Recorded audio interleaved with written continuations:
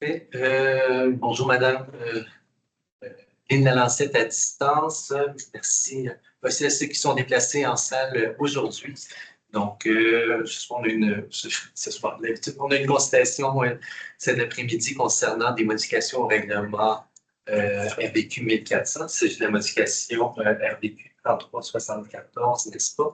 Je suis accompagné aujourd'hui de Mélissa Coulomb-Leduc, qui est début du comité exécutif responsable des dossiers d'urbanisme, mais également de patrimoine et bien d'autres, mais d'en sauter quelques-uns. Je suis également accompagné de Vanessa Dion, du service de la planification de l'aménagement et de l'environnement, et de Simon Guillemette, de la gestion territoriale. Donc, Madame Dion et Monsieur Guillemette pourront faire la présentation des modifications et répondre à vos questions. On a déjà commencé la conversation avec Mme Coulomb-Leduc. Je sais qu'il y a de l'intérêt pour la deuxième fiche, mais on va quand même s'assurer, vu que la séance est enregistrée, on va s'assurer de présenter l'ensemble des modifications qui sont prévues dans le cadre de cette modification réglementaire. Et on pourra prendre vos questions peut-être à la fin, question d'avoir le bloc de présentation. Puis ensuite, on aura discussion, questions sur les modifications en question. Si vous permettez, je vais partager l'écran. À l'écran, les modifications, la présentation des modifications. Et je vais. Je pense que c'est bon, et je te laisse. Donc, bonjour tout le monde. La consultation aujourd'hui porte sur le règlement modifiant le règlement d'harmonisation sur l'urbanisme et les règlements d'arrondissement sur l'urbanisme relativement à plusieurs dispositions, qui est le RDQ 3374. La roulette fonctionne-t-elle? OK, comme ça. Si. On peut. Déjà fait ça,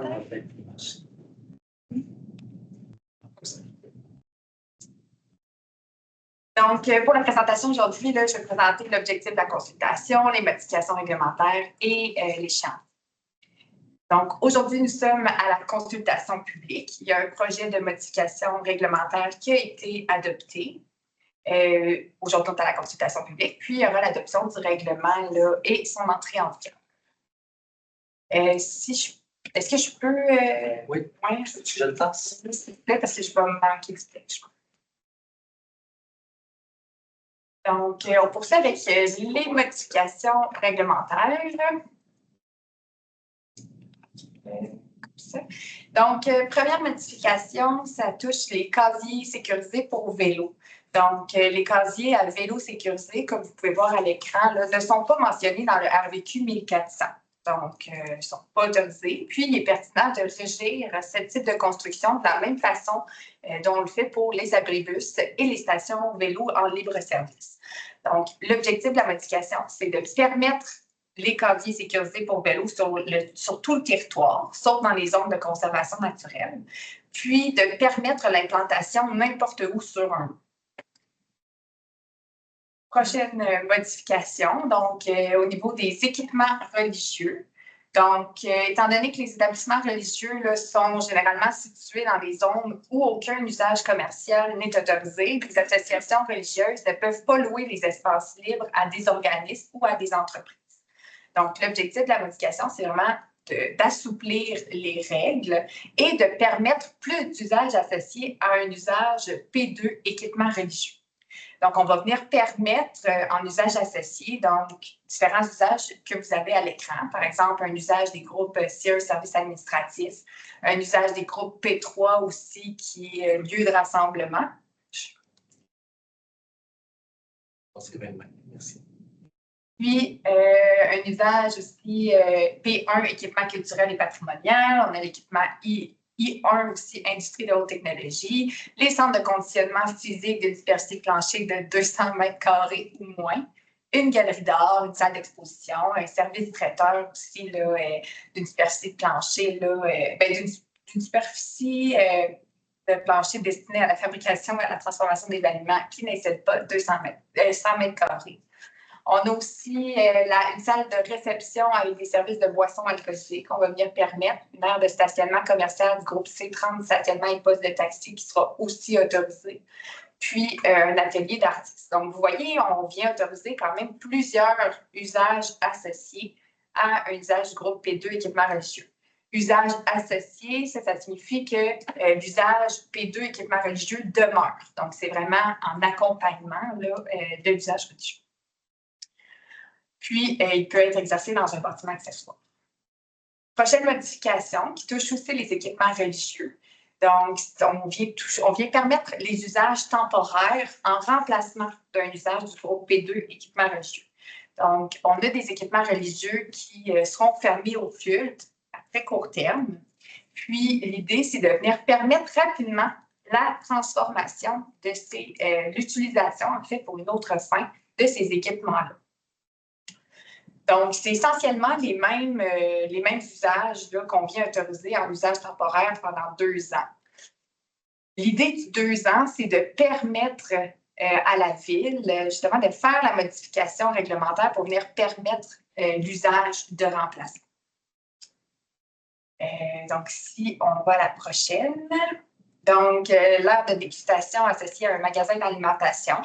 Dans les zones où l'usage C20 restaurant est contingenté, bien, il y a certains commerçants qui invoquent l'ouverture d'un magasin d'alimentation avec une aire de dégustation au lieu d'un restaurant. Donc, ils contournent le contingentement d'usage de cette façon-là. Donc, essentiellement, ce qu'on voit, c'est, par exemple, si on est dans une zone où le contingentement est atteint, donc on ne peut pas avoir plus de restaurants, bien, il y a certains magasins d'alimentation qui vont venir s'établir, qui vont présenter dans leur demande de permis une heure de dégustation qui va être conforme à la réglementation. Mais ce qu'on voit, c'est que souvent, ces aires de dégustation-là sont transformées en restaurants. Donc, l'objectif, c'est vraiment d'interdire l'aménagement d'une aire de dégustation associée à un magasin d'alimentation dans les zones où les restaurants sont contingentés pour venir vraiment baliser et s'assurer qu'on respecte bien le contingentement d'usage. Daniel, je pense que je vais te laisser. Au niveau des garages attachés, actuellement, le règlement ne définit pas clairement le terme garage attaché. Donc, l'idée, c'est de venir préciser qu'est-ce qu'un garage attaché versus qu'est-ce qu'un garage détaché là, dans la réglementation. Donc, un garage attaché à un bâtiment principal, bien, ça a au moins un côté qui est fermé par un mur extérieur du bâtiment principal sur une distance d'au moins 2 mètres. Puis, le toit du garage attaché doit être attaché au bâtiment principal. Donc, ici, vous voyez 2 exemples. On a le garage attaché, où on a vraiment le mur, le garage partage un mur avec le bâtiment principal. Puis dans le deuxième cas, on a un garage détaché. Donc, on peut voir, il y a seulement un petit toit là, entre les deux, mais le garage ne partage pas du tout de mur avec le bâtiment principal. Ça, c'est un garage détaché. Prochaine modification, donc la localisation des cafés-terrasses. La réglementation actuellement prévoit qu'un corridor d'au moins 1,75 mètres doit être laissé libre de toute obstruction, de toute construction entre le café-terrasse et la limite du trottoir. Donc, vous voyez sur le dessin là, vous avez la norme actuelle. Donc, essentiellement, le café-terrasse doit être collé sur le bâtiment principal pour permettre le dégagement de 1,75 mètres. Pour pouvoir offrir plus de possibilités aux commerçants, l'idée, c'est de venir retirer cette disposition-là et de permettre aux commerçants de choisir l'endroit où ils souhaitent mettre le dégagement de 1,75 mètres. Donc, on pourrait avoir, comme vous voyez dans le deuxième cas, le bâtiment principal, on a un dégagement de 1,75 mètres et le café-terrasse. Donc, ça permet quand même aux piétons de bien circuler sur le trottoir. On a aussi une correction de coquille ici, donc le dernier alinéa de l'article 570 qui a été supprimé par erreur lors d'une modification réglementaire précédente. Donc, comme vous voyez, là, le deuxième alinéa fait référence à l'article 571. L'article 571 a été abrogé. Donc, l'idée, c'est vraiment de corriger là, cette coquille-là. Au niveau du nombre minimal de cases de stationnement, on vient retirer le nombre minimal de cases de stationnement dans tous les types de milieux pour les groupes d'usage C40 générateurs d'entreposage, I1 industrie de haute technologie, I3 industrie générale et I4 industrie de mise en valeur et récupération. Il faut savoir que les usages qui sont à l'écran sont ceux que l'on retrouve actuellement dans les parcs industriels. Puis, l'idée, c'est en cohérence avec la vision de développement des espaces industriels et d'innovation 2022-2031. On est venu identifier le retrait des normes minimales de cases de stationnement comme étant un moyen pour optimiser les espaces industriels existants. Donc, on fait cette modification en cohérence avec cette vision. On vient aussi apporter une précision. Donc, l'utilisation du terme rue à l'article 620 peut porter à confusion. Donc, plutôt que d'utiliser le terme rue, on va venir utiliser le terme chaussée. Puis, ça vient clarifier le règlement là, à ce niveau. Au niveau de l'affichage, donc, selon la réglementation actuelle, un bâtiment qui est exclusivement résidentiel peut être desservi seulement par une enseigne qui respecte les normes prescrites à l'égard du type 1 général.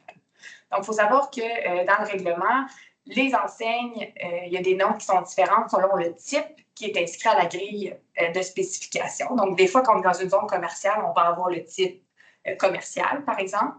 Mais si on a un bâtiment résidentiel qui se retrouve dans cette zone-là, ou c'est une enseigne de type commercial qui s'applique, eh bien, actuellement, selon la réglementation, vu que c'est un bâtiment résidentiel, c'est vraiment les normes qui sont applicables au type 1 général qui s'appliquent.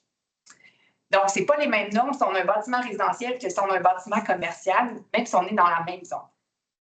Donc, l'idée, c'est de permettre qu'un bâtiment exclusivement résidentiel puisse être desservi par une enseigne qui respecte les normes prescrites à l'égard du type d'enseigne qui est associé à la zone.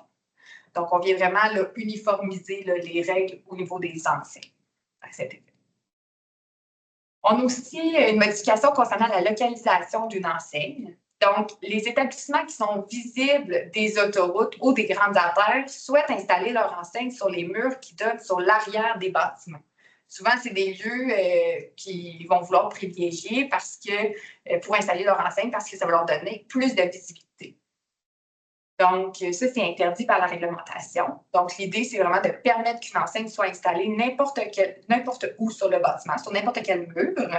Puis, on veut aussi permettre qu'une enseigne et sa structure puissent être suspendues à un porche. Donc, ça, c'est une flexibilité qu'on vient donner.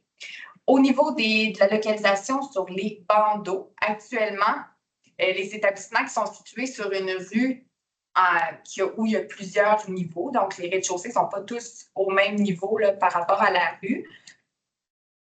En fait, les enseignes, ce que le règlement prévoit actuellement, c'est que les enseignes doivent être à la même hauteur partout sur le bâtiment. L'idée, avec la modification, c'est de permettre qu'une enseigne soit installée sur le bandeau du rez-de-chaussée choisi par le requérant, tant qu'elle ne dépasse pas le bandeau plus haut du rez-de-chaussée lorsqu'un bâtiment comporte plus d'un rez-de-chaussée. Donc, ici, vous avez un exemple. Donc, on a une enseigne qui est au bandeau, sur un bandeau plus haut. Puis, quand on va sur le côté du bâtiment, sur une autre rue qui est en pente descendante, bien, on a des enseignes qui se retrouvent à un niveau plus bas, qui sont aussi sur le bandeau du rez-de-chaussée. Une autre correction qu'on vient apporter, donc, c'est la modification ici au niveau des enseignes numériques. Il faut savoir que la Commission d'urbanisme et de conservation de Québec ne régit plus l'affichage numérique. Puis, on a une disposition à notre règlement LVQ 1400 qui permet justement de mettre une note à la grille pour avoir des normes particulières quand on a un affichage numérique et qu'on se retrouve dans une partie où la commission a compétence.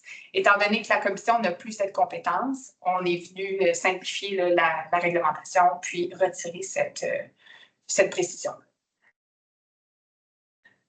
Autre modification, donc l'agrandissement d'un bâtiment principal dérogatoire. Donc, l'agrandissement d'un bâtiment principal non conforme à la hauteur minimale est permis dans certaines zones seulement. Donc, il y a une note à la grille qui vient permettre l'agrandissement d'un bâtiment dont la hauteur n'est pas conforme. Puis, l'idée, dans le fond, de la modification, c'est de venir permettre cette norme-là sur l'ensemble du territoire. Donc, si on regarde ici, là, vous avez en jaune, on a un bâtiment, par exemple, qui aurait une hauteur de 2 étages. Puis, dans la zone, c'est une hauteur minimale de 4 étages qui est autorisée. Bien, avec le règlement actuel, on ne peut pas agrandir le bâtiment de 2 étages si on n'a pas la note à la grille. Avec la modification, on va pouvoir agrandir justement le bâtiment qui a 2 étages. L'agrandissement ne sera pas obligé d'avoir 4 étages. Puis, il y a une condition qui est prévue, là, donc l'agrandissement n'excède pas 25 de la projection au sol du bâtiment dans toutes les zones. Ensuite, on a un arrimage avec la LAU, donc il y a des dispositions relatives aux amendes applicables en cas d'abattage d'arbres qui ont été modifiées à la loi sur l'aménagement et l'urbanisme, donc par le projet de loi 57. L'idée avec la modification réglementaire, c'est de venir arrimer là, les amendes à celles qui sont prévues à la loi. On propose aussi la simplification de certains articles concernant l'obtention d'un permis. Donc, l'objectif, c'est de venir assujettir les travaux suivants à l'obtention d'un permis. Donc, le remplacement d'une galerie, d'un perron, d'un balcon, d'une terrasse, d'un escalier. On a aussi l'ajout d'agrandissement et le remplacement de telles constructions lorsqu'elles sont situées à une hauteur de plus de 2 mètres du sol. On a aussi l'ajout d'une fenêtre à un bâtiment visé à l'article 1143 du Code, dans lequel est exercé un usage des classes de commerce public ou industrie. On a les travaux qui ont pour effet de modifier le nombre de chambres dans un bâtiment où est exercé un usage H2 habitation avec services communautaires, H3 maison de chambre et transition. Puis, on a aussi les travaux là, qui ont pour effet de modifier le nombre d'unités d'hébergement dans un bâtiment dans lequel est exercé un usage de la classe commerce d'hébergement touristique. Donc, voilà.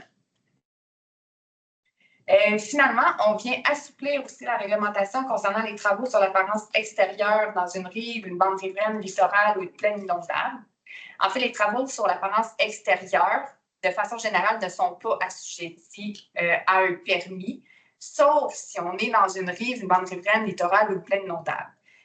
Donc, l'idée, c'est de venir retirer cette disposition-là, donc faire en sorte que les travaux sur l'apparence extérieure n'auront pas là, à faire l'objet d'un permis. Finalement, c'est une correction aussi, donc on vient corriger là, la référence au règlement de démolition, donc le règlement de démolition qui a changé de nom. Donc, c'est rendu le règlement relatif à la démolition d'immeubles patrimoniaux à l'article 1225. On est rendu à l'échéancier. Donc, pour le projet d'échéancier, aujourd'hui, on est à la consultation publique. On vise l'adoption du règlement modifiant le RVQ 1400 le 18 mars ou le 1er avril. Donc, c'est une des 2 dates que l'on vise pour une entrée en vigueur en avril 2025.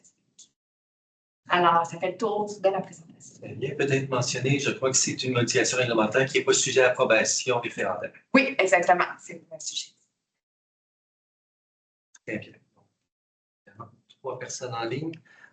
Aux personnes en ligne, vous avez le bouton « Lever la main » si vous souhaitez prendre la parole. On est rendu à la période de questions.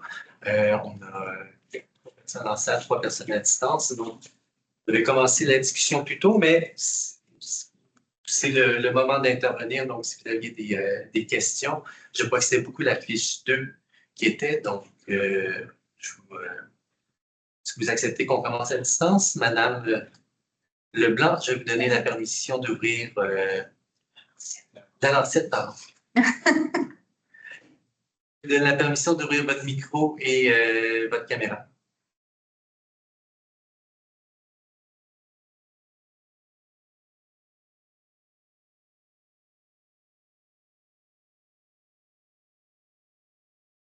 On va rejoindre, peut-être que le bouton est en... Voilà. Là, je suppose que vous m'entendez. On vous entend maintenant. Bon, parfait. Alors, je suis nouvelle marguillière de la paroisse Bienheureuse Dina Bélanger à Sillery. Donc, ça comporte les églises Saint-Michel et Saint-Charles-Garnier. Je fréquente aussi la paroisse Saint-Thomas d'Aquin. Alors, je vois qu'entre autres, lorsqu'il y a des activités sportives, je suppose que dans le sous-sol de l'église ou du presbytère, c'est autant, ça peut être là. Est-ce à dire qu'avant ça, comme à Saint-Thomas d'Aquin, il y a un petit entraînement pour une école de rame? Alors, nos canotiers, ceux qui font de la course en canot, entre autres, s'entraînent là. Est-ce qu'ils étaient illégaux ou c'est juste pour... ils étaient allégaux, je ne sais pas? le fait que vous changez le règlement, c'est qu'il n'y avait pas le droit de le faire ou c'est ça que je voulais comprendre? Le cas exact que vous mentionnez, je ne le connais pas exactement, mais c'est sûr qu'en général, lorsqu'il y avait des églises, les seuls usages qui étaient autorisés, puis là, je ne dis pas de façon générale, il y a des exceptions, évidemment, les seuls usages autorisés, c'était vraiment le lieu de culte. Donc, des sites d'entraînement ou des locaux d'entraînement n'étaient normalement pas autorisés parce que c'est un autre usage. Mais ça s'applique de façon générale. Est-ce que dans le cas que vous mentionnez, l'usage était autorisé, là, par droits acquis? Il y a un paquet de contextes qui peuvent expliquer que ça peut être légal malgré tout, même si on fait l'autorisation réglementaire. Là, de façon globale, c'est que là, on vient modifier le règlement pour le permettre partout, même à ceux, même pour les nouveaux usages et nouvelles opérations de ce type-là, là où l'usage P2 n'est pas P2, puisque l'usage c'est du C3 en général, puisque l'usage C3 n'est pas autorisé à la grille, mais là, on va pouvoir le faire de façon associée avec les églises. Bon. Ça répond à ma question. Merci beaucoup. Et le gymnase, j'en ai beaucoup entendu parler parce que c'est ma fille qui le tient, par exemple. Et il fallait que ce soit, il y avait toutes sortes il fallait qu'elle rentre dans différentes formes pour que ce soit légal. Et c'est sûrement pas illégal. Il fallait que ce soit but non lucratif et toutes sortes de choses. OK. Merci. Merci. Est-ce qu'il y avait d'autres interventions, d'autres commentaires? Peut-être que je peux afficher les fiches 2 plus 9. D'ailleurs, j'avais peut-être une question complémentaire là, en lien avec la question de Mme Lalancette, si vous permettez. Donc là, nonobstant le cas précis là, de l'église, exemple, si une fabrique voulait louer à, je ne sais pas moi, au club de soccer de Québec-Centre, son seul d'église à tous les dimanches matins pour qu'il y ait des parties de futsal. Je dis n'importe quoi. Est-ce que ça rentre dans ces 3 lieux de rassemblement? Est-ce que ça rentre dans le centre de conditionnement physique? Est-ce que, bref, on le prévoit actuellement, ce type d'usage-là, dans les usages qu'on ajoute? C'est du C3. C'est du C3? Parfait. Merci. C3 qui est lieu de rassemblement. Et le lieu de Exact. rassemblement, ça inclut Ça fait partie de la liste des usages. les salles de spectacle, ça inclut les gymnases, les salles de réception. Ça inclut tous ces éléments-là, c'est du C3. Qui fait partie de monsieur qui fout. Donc, ce qui sera permis. Exactement. Oui, Ça sera permis. Oui, ça sera permis. Ça fait partie de la liste d'usages qui sont ajoutés, soit en usage associé ou en usage temporaire. Je vous dirais toutefois que faire un gymnase dans un sous-sol d'église ou de presbytère, ça serait un petit peu un exploit parce qu'à ce moment-là, ça voudrait dire démolir des équipements qui servent aussi pour les réceptions des funérailles, ces choses-là. Ça serait un petit peu extrême, disons. Je peux vous dire que pour le gymnase, tous les rameurs sont pliables et puis il y a un espace de rangement. Et on peut libérer tout le... Chaque site a ses propres caractéristiques. Dans certains cas, ça ne peut peut-être pas faire ça avec tous les équipements, mais les rameurs, on rentre ça dans un espace et puis tout est libre. Chaque site ça sert à différentes fonctions, pas juste. C'est une question. Oui. En fait, moi, c'est le statut temporaire que je veux explorer un petit peu. C'est à savoir, qu'est-ce qui se passe au-delà de ces 2 ans-là? Puis est-ce que c'est parce que ça va être changé d'ici 2 ans à partir d'aujourd'hui ou si c'est parce qu'il faut, après ça devient du long terme puis on change de règlement? J'essaie de voir là, c'est quoi la limite de ça, en fait. Bien, l'idée de la période temporaire, c'est vraiment de permettre une utilisation immédiate du bâtiment dès que les usages équipements religieux cessent. Donc, si l'usage cesse le lendemain matin, par exemple, il y a un organisme qui veut venir s'établir, bien, à ce moment-là, ils peuvent déjà prendre la place. Puis, le 2 ans, en fait, permet de faire une modification réglementaire, par exemple. Donc, le propriétaire de l'immeuble pourrait déposer une demande de modification de zonage.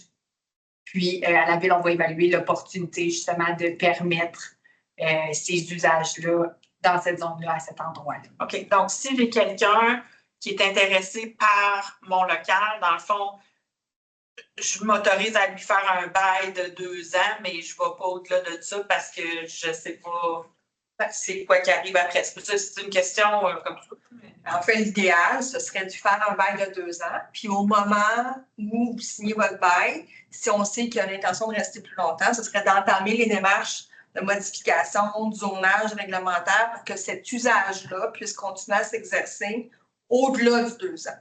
Okay.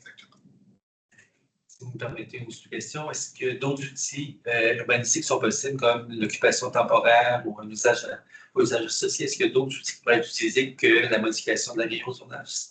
Oui, effectivement. Dans le fond, on parle de modification réglementaire, mais ça inclut la modification du zonage. Mais on a aussi l'occupation temporaire, qui, dans le fond, qui nous permet d'autoriser un usage pour une durée de temps déterminée, ou l'occupation permanente, une permission d'occupation qui est à vie, tant qu'elle n'est pas résiduée. Il y a plusieurs outils. La première, c'est que la modification réglementaire de zonage, c'est sur la zone au complet. Souvent, dépendant de la grandeur de la zone, c'est peut-être des fois un outil qu'on va éviter, mais si la zone n'est plus que l'église,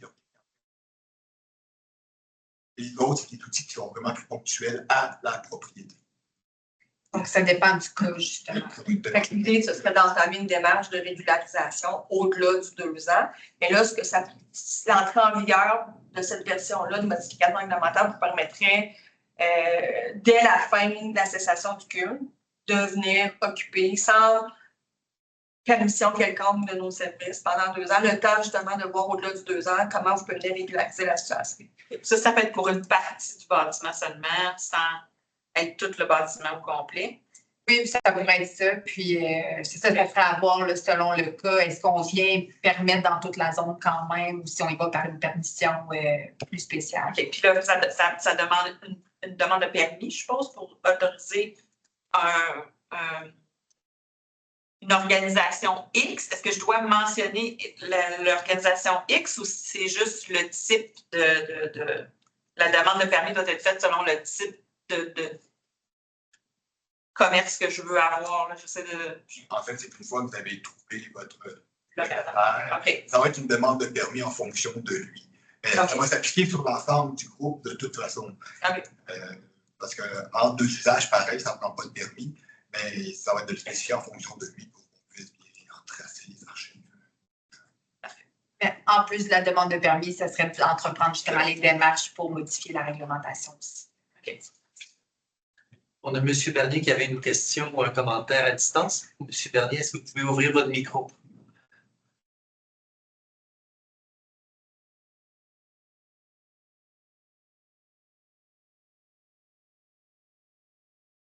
Peut-être en haut de l'écran, vous verrez un bouton. Sinon, vous pouvez utiliser le petit clavardage. On devrait vous entendre. Oui, M. Bernier. Oui, bonjour. Merci pour cette consultation et cette invitation. C'est très apprécié.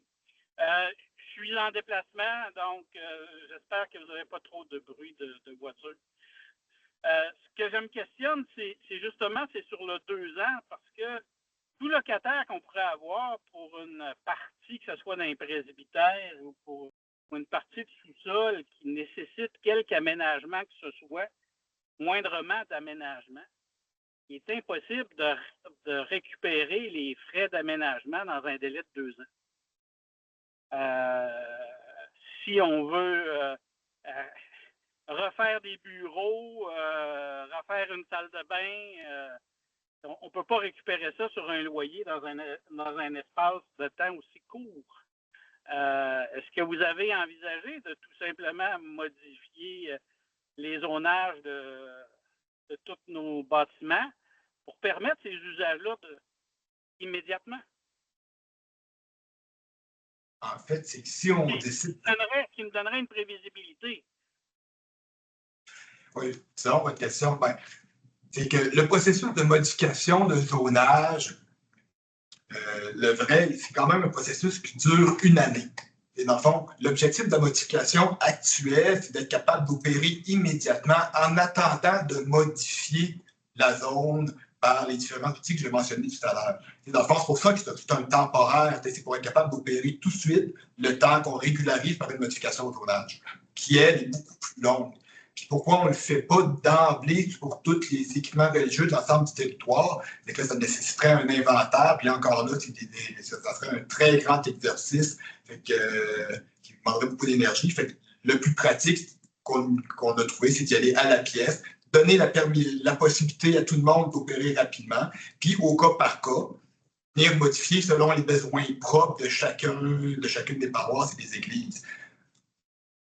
M. Bernier, il n'y a rien en fait qui vous empêcherait de prolonger cet usage-là au-delà du 2 ans en venant dans cette période de 2 ans-là, régulariser d'une façon X, Y, Z en fonction des différents outils puis du cas de figure qui vous concernerait directement, venir régulariser cette situation-là, cette occupation-là qui vous permettrait de rentrer dans votre argent avec une occupation plus longue que 2 ans.